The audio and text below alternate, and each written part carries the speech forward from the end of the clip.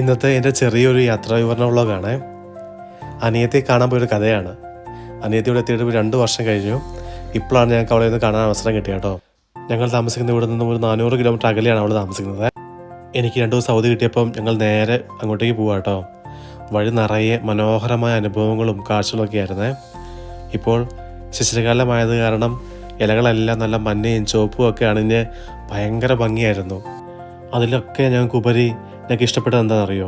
ഈ ഒരു പള്ളിയാണ് കൊളോൺ കത്തീഡ്രൽ. എന്തൊരു മനോഹരമായ സൃഷ്ടിയാണെന്നറിയോ? ആ പള്ളിയുടെ സൈഡിൽ കൂടെ ഒഴുകുന്ന റൈൻ നദിയുടെ തീരത്തോട് നടക്കുമ്പോൾ ഉണ്ടല്ലോ, എൻ്റെ മനസ്സ് മുഴുവൻ ഓർത്തത് എന്തൊരു മനോഹരമാണ് ഈ ലോകം കാണാൻ എന്നാണ്. ഞാൻ കണ്ട കാഴ്ചകളൊക്കെ എത്രയോ നിസ്സാരങ്ങളാണ്.